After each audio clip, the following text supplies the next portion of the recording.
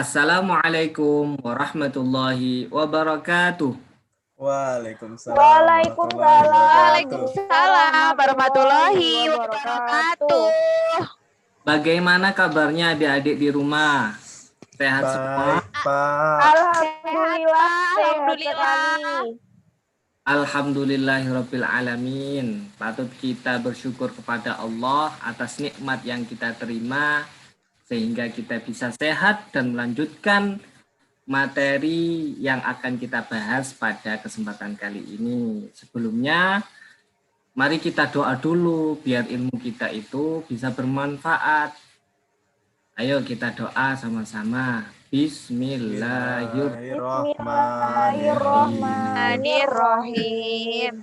Raditu billahi rabban wa bil islami wa bi Muhammadin sallallahu alaihi wa sallama nabiyyan wa rasulah. Rabbi zidni ilma warzuqni fahma. Amin ya rabbal alamin. Nah, setelah kita doa, saya mau cek dulu siapa yang nggak masuk ini. Saya absen dulu ya. Mas Rizky Al-Fajar. Hadir, Pak. Hadir, oke. Kemudian Mbak Novia Elok. Hadiroh, Pak. Hadiroh. Lanjut. Ratriana Dewi. Hadir, Pak. Hadir. Oke. Ini lengkap semua. Ada yang nggak masuk? Lengkap, Pak. Lengkap, Pak. Nggak ada yang nggak masuk. Oke, alhamdulillah kalau gitu berarti semuanya sehat semuanya.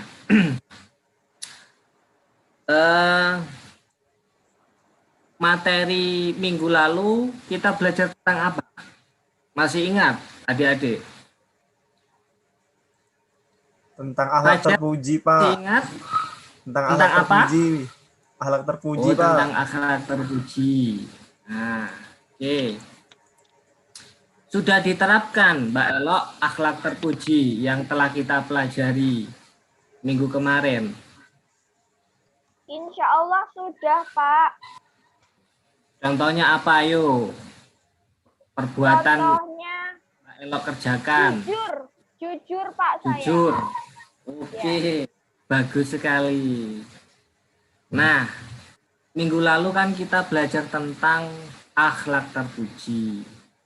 Nah, sekarang pada kesempatan ini kita akan belajar tentang akhlak tercela.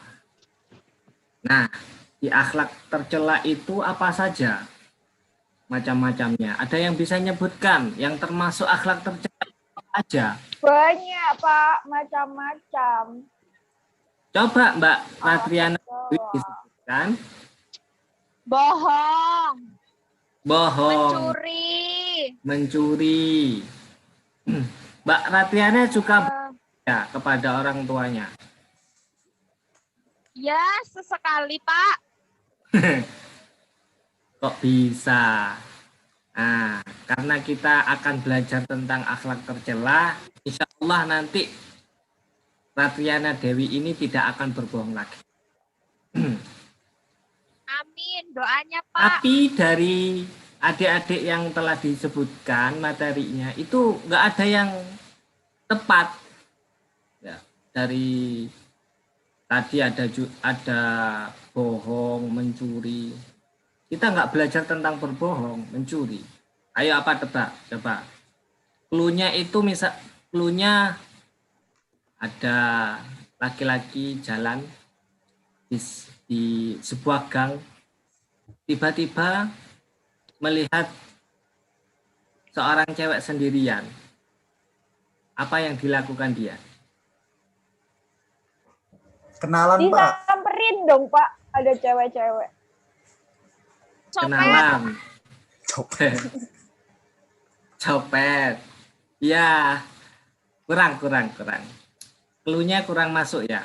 Disepik, Pak.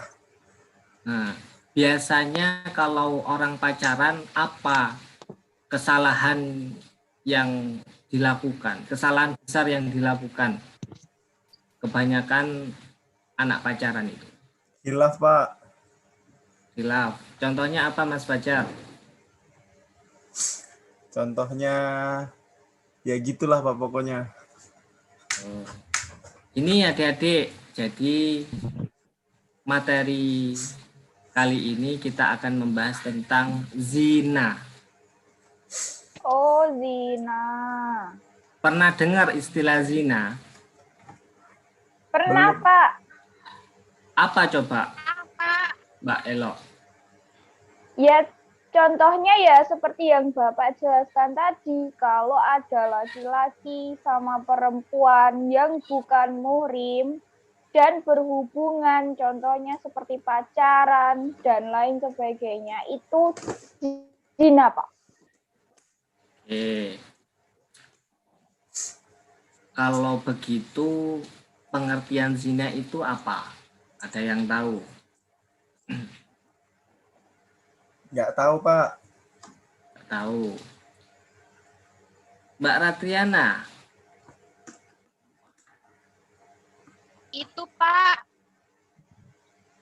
ketika dua orang cewek sama cowok kilaf, tapi mereka belum nikah Pak. oke, benar sekali. 100 untuk Mbak Ratriana Dewi. Ya, ternyata Mbak Ratri ini pengetahuannya lumayan. Sehingga materi yang belum dipelajari pun bisa menjelaskan. Tapi sempurnanya gini Mbak Ratriana. Zina secara bahasa itu artinya hina. Secara istilah, zina adalah perbuatan antara laki-laki dan perempuan, hubungan badan yang dilakukan antara laki-laki dan perempuan tanpa adanya ikatan yang sah, ikatan pernikahan yang sah. Di dalamnya tidak hanya hubungan senggama saja. Jadi yang dimaksud dengan zina itu tidak hanya senggama saja, tapi pengertian secara luas itu aktivitas seksual tanpa ikatan. Misal, ciuman, pelukan, saling merapat, bahkan saling memandang dengan nafsu. Itu bisa dikatakan zina. Paham? Paham, Pak. Adik-adik? Paham, Pak. Nah, setelah kita memahami pengertian dari zina, kita juga harus tahu siapa sih yang melarang kita itu berbuat zina? Ada yang tahu? Allah, Pak. Bapak yang larang.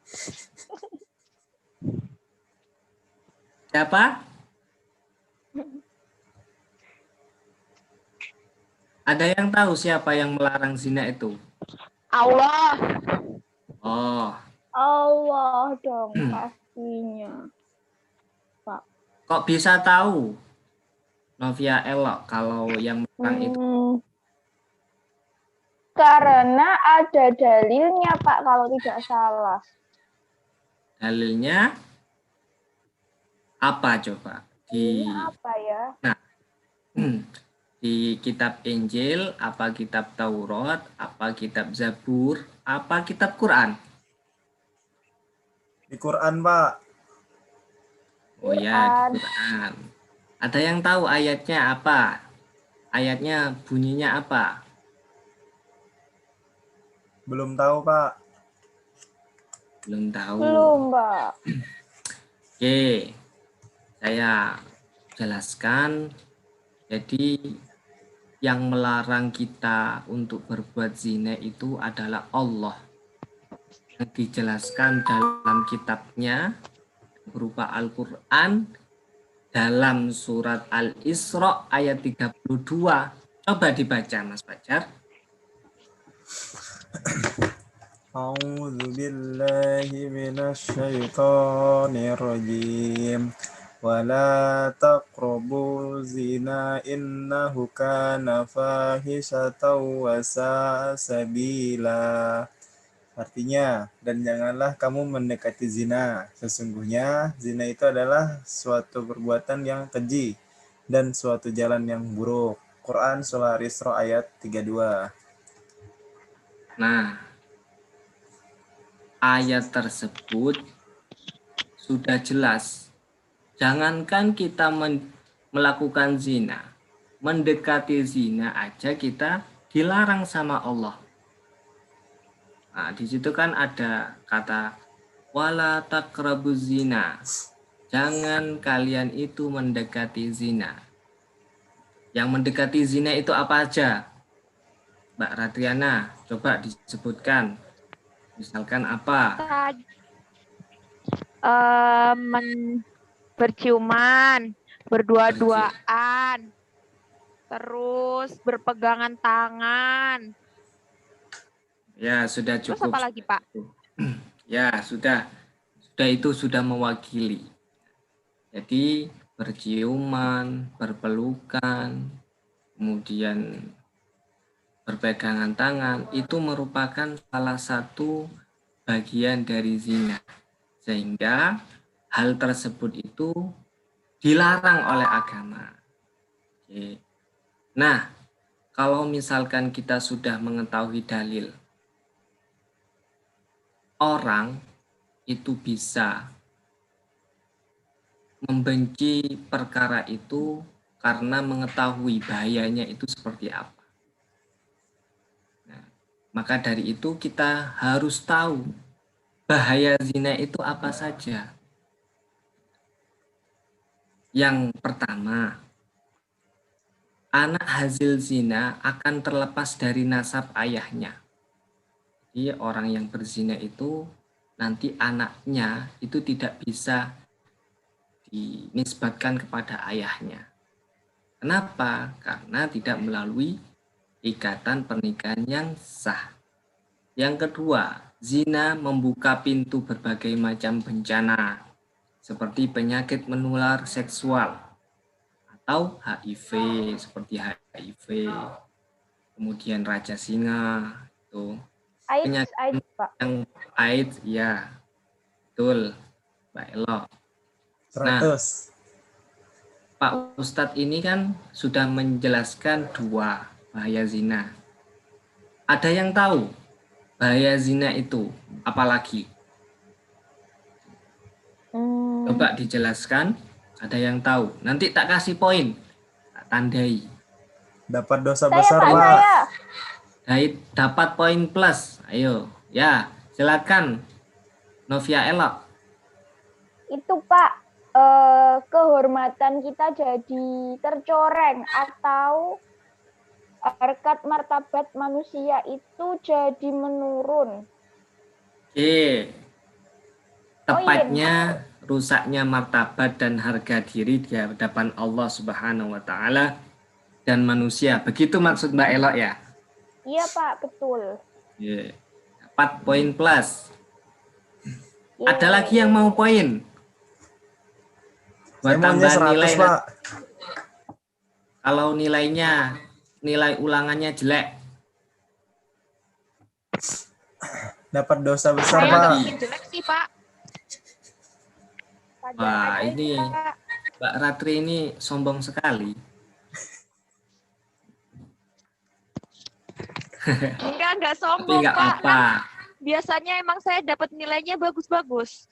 Iya sih, betul. Cuman alangkah lebih baiknya Mbak Ratri itu pintar tapi tetap rendah hati. Tawadhu. Oh iya sih, Pak. Iya ya. Makasih, Pak. Oke. Nah, nggak ada lagi yang mau poin plus ini. Cukup, Pak. Ya, Mas Fajar, silakan. Dapat dosa besar, Pak. Nah, dosa besar. Oke, benar sekali yang dikatakan Mas Fajar bahwasanya zina adalah perbuatan dosa besar. Dosa besar yang nomor 3 tingkatannya ya. Yang pertama itu musyrik atau syirik billah, kemudian yang kedua itu qatlu nafsin atau membunuh seseorang musliman kana au kafiron, orang muslim atau orang kafir. Kemudian yang ketiga ini zina. Jadi zina itu tingkatan dosa besar nomor 3. Kemudian saya tambahin lagi satu biar sempurna. Mendapatkan sanksi sosial jika perbuatannya diketahui masyarakat.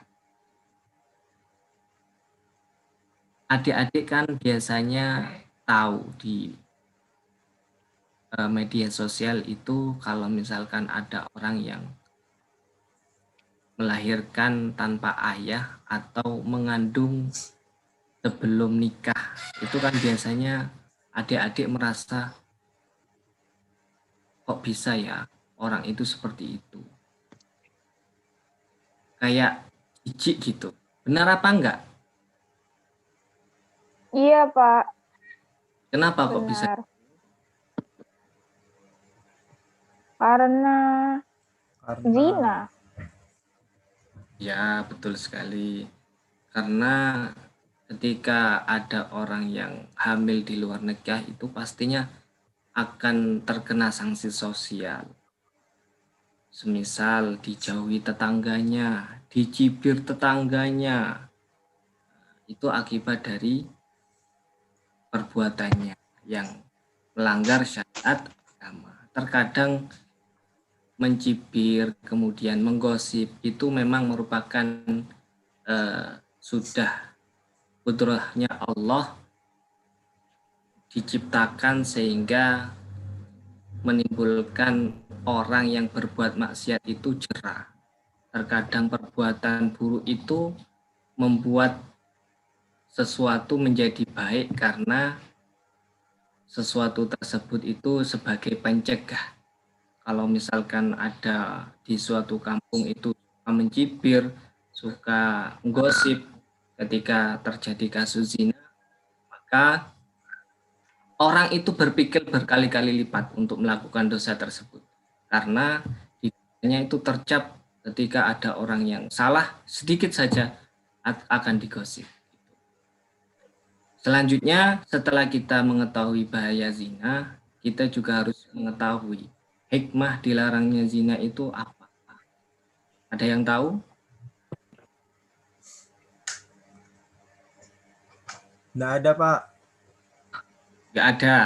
Oke, saya jelaskan. Hikmah itu apa? Ada yang tahu? Pelajaran, Pak. Pelajaran yang dapat diambil. Betul, betul Mbak Radiana. Jadi hikmah itu pelajaran yang dapat kita ambil yang bisa diterapkan sehingga kita selamat dalam menjalani hidup. Hikmah menghindari zina itu yang pertama, mencegah pencampuran nasab atau keturunan. Jadi nanti kalau misalkan ada orang yang hamil di luar nikah, anaknya tadi itu nggak jelas. Misalkan perempuan, nanti walinya itu bukan ayahnya. Nanti walinya itu adalah hakim. Secara agama itu nanti larinya ke ibu. Cuman karena ibu ini tidak berhak untuk menikahkan, dialihkan kepada pihak yang berwajib, misalkan KUA setempat. Jadi ribet.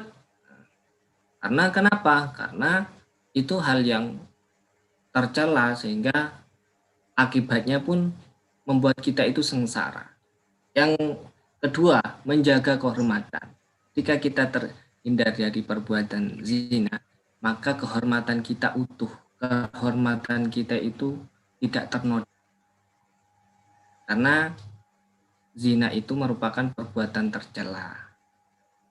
Selanjutnya, ketiga, menjaga kehormatan perempuan.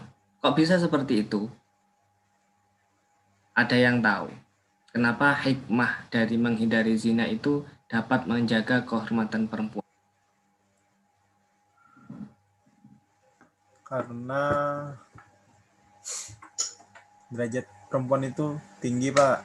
Jadi harus dijaga. Betul sekali, Mas Fajar. Jadi dengan kita itu menghindari zina, otomatis kita itu menjaga kehormatan wanita. Karena derajat wanita itu tinggi, kita kiranya untuk menghormati dengan cara kita menghindari zina. Clear. Menjaga keutuhan dan ketentraman dalam rumah tangga. Nah, ini sering terjadi. Terkadang kasus-kasus yang terjadi di masyarakat itu ada suami istri yang sudah menikah, cuman ada pihak ketiga yang ingin mencoba merusak sehingga menghancurkan rumah tangga tersebut. Misalkan si A dan B sudah berkeluarga 10 tahun. Tiba-tiba si C ini mengganggu keluarga si A dan B. Karena tergoda oleh kecantikannya, maka si A ini tertarik sehingga melakukan zina. Kalau sudah zina antara si A dan si C, padahal itu tidak ada hubungan kan yang sah, nanti ribet. Ya. Akan tercerai-berai keluarga yang sebelumnya terjalin bertahun-tahun. Itu kan perkara yang buruk sekali. Makanya dalam Al-Quran dijelaskan zina itu apa? Wasa asabila, seburuk-buruk jalan yang dipilih.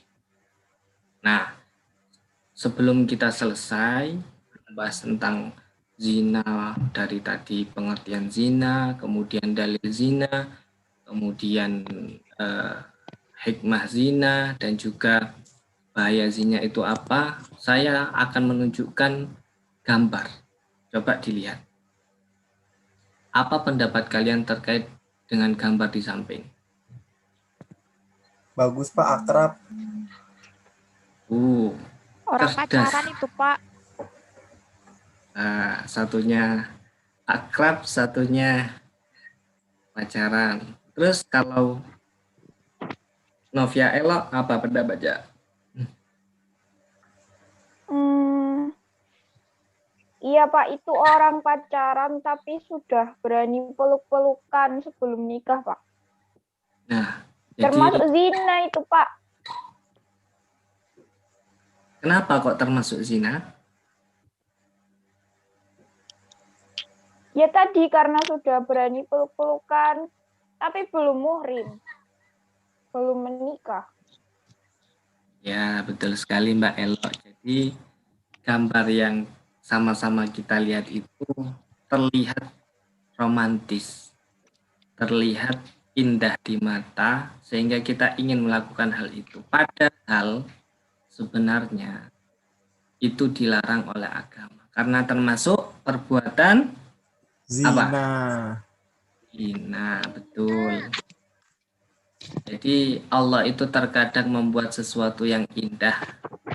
Itu ternyata ketika diselidiki, dicari tahu, sebenarnya di situ ada bahaya yang harus kita hindari. Makanya adik-adik yang ada di rumah ini, setelah kita belajar tentang zina, dan lain sebagainya itu, tanamkan dalam hati adik-adik ini bahwasanya zina itu adalah perkara yang dilarang oleh agama. Karena kita itu makhluk siapa? Hamba Allah apa hamba media? Hamba apa? Hamba Allah, Pak. Allah. Jadinya kita itu harus patuh dan taat kepada semua Allah dan menjauhi larangan yang dilarang oleh Allah. Ada suatu kisah ketika ada seorang itu bertanya kepada Nabi, wahai Nabi, ini di zaman Rasulullah, saya itu mau masuk Islam, asalkan saya masih tetap bisa berzina. Kemudian Nabi, oke, kamu Islam dulu.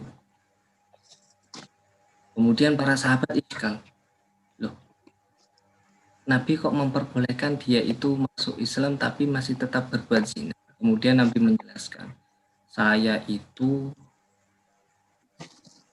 tidak menyetujui zina. Sehingga, tapi saya ingin orang itu masuk Islam terlebih dahulu. Sehingga untuk sementara, biarkanlah dia itu tetap berbuat tercela yang tidak bisa kita amar ma'ruf nahi mungkar secara total, tapi kita secara bertahap. Kemudian Nabi itu bertanya kepada orang ini, apa kamu tahu, misalkan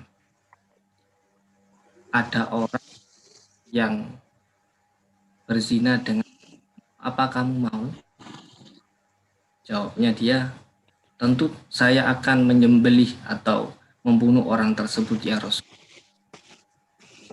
Kalau ada orang itu berzina dengan adik perempuanmu, apa yang kamu lakukan? Ya, saya akan memotong kemaluan dia ya Rasulullah. Kemudian tanya lagi, apa yang kamu lakukan ketika ada orang yang berzina dengan keluargamu? Ya, saya sangat benci kepada orang tersebut ya Rasulullah.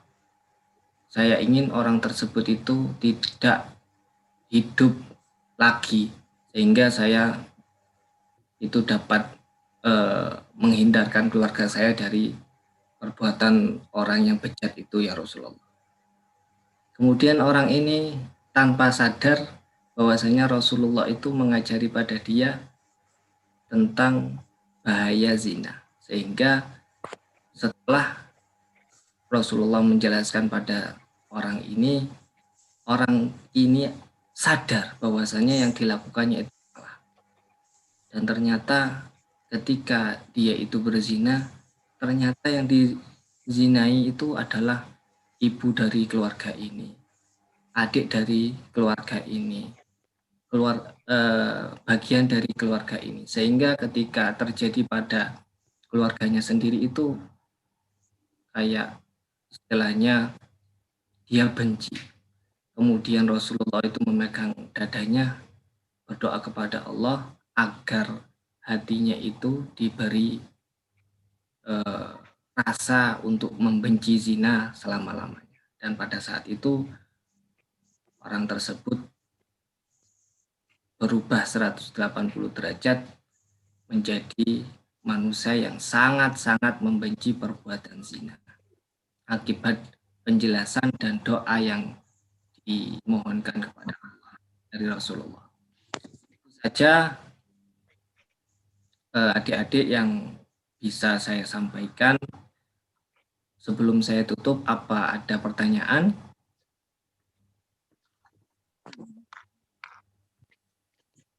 Tidak, Pak. Ada? Tidak. Ada, Pak. Sudah paham semuanya ya? Paham, Pak. Oke. Kalau sudah paham semuanya, saya itu ingin adik-adik yang ada di rumah mengerjakan, membuat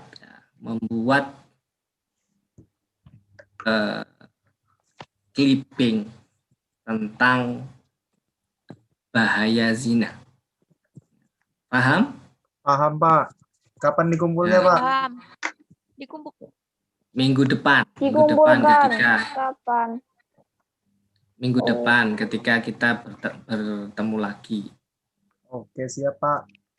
Ya, Baik, Pak. sebagai evaluasi pelajaran pada pagi hari ini.